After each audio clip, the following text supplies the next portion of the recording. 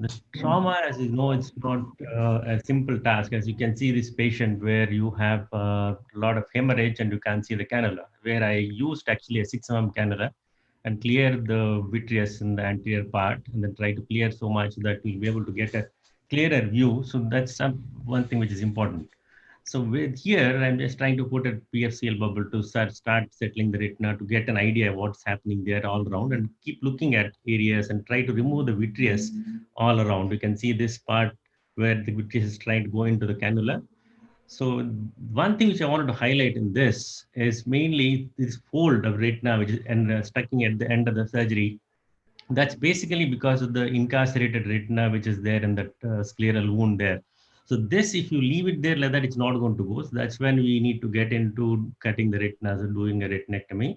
So when you do a retinectomy here, so I try to cut not just at the band and just go a little beyond it and go up till the ora.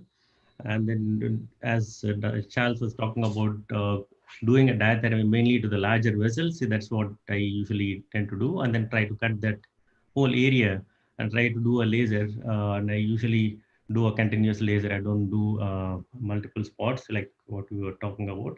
So that's go connect it to the up to the aura. So that's how you can actually manage the incarcerations. This is a next case where a blast injury, one-eyed patient, you had a multiple foreign bodies inside. So the option was to do a corneal temporary keratoprosthesis, but then we thought had an advantage of using an endoscopy. So where you can actually see those small particles which were there inside the vitreous cavities, which we could clearly see using an endoscope. This is an endoscopic view of what we can see.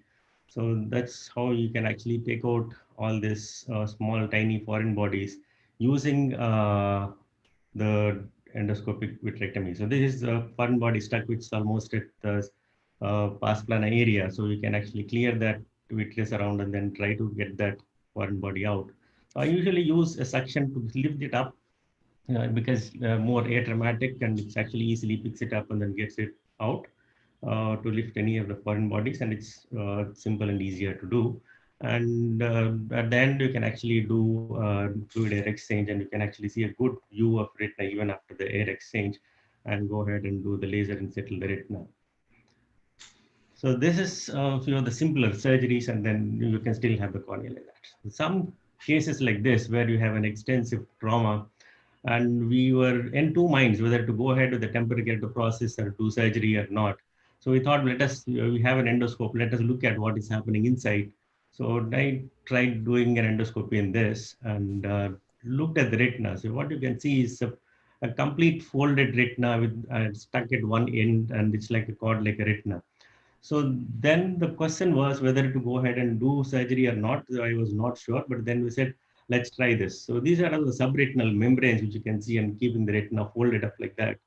So in this, we tried the forceps, and you can see the magnified view of these membranes. So here I put a PFCL in subretinal space actually to keep the retina stable in one side when you're trying to pull it. So then I remove these membranes using the forceps and then start opening up the funnel. So once I opened, as you can see that the fluid movements would be causing all the whole retina to one side. So then we had to open the funnel and then put a PFCL inside. So now, since the funnel is opened, I've started putting the PFCL inside, then opens up, and then it cut the retina, did a retinectomy, and then started doing a laser all the edges of the retina. So that's how we could settle it.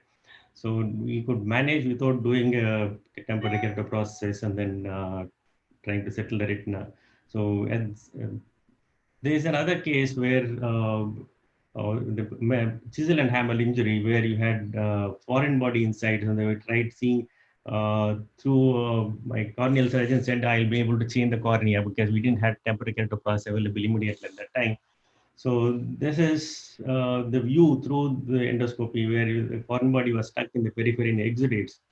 As you know, when you are going through the idiomatous cornea, it's not easy for you to identify any of these foreign bodies, and you can actually clearly see these foreign bodies wherever they're stuck using an endoscope, and you can clear that vitreous around it and then release the foreign body from that area and then clean that foreign body along, clear the attachments to that. Make sure that you remove all those things before, and then try to get it out through the anterior approach, and then you can close it out. So again, you can actually attach the retina clearly, and then you can see the retina is quite good behind. So though the infection and the cornea was too bad, so to start with, so that's how we could manage with an endoscopy without going through a temporary keratoprosthesis and the long duration of surgeries for doing keratoprosthesis and things like that. Thank you.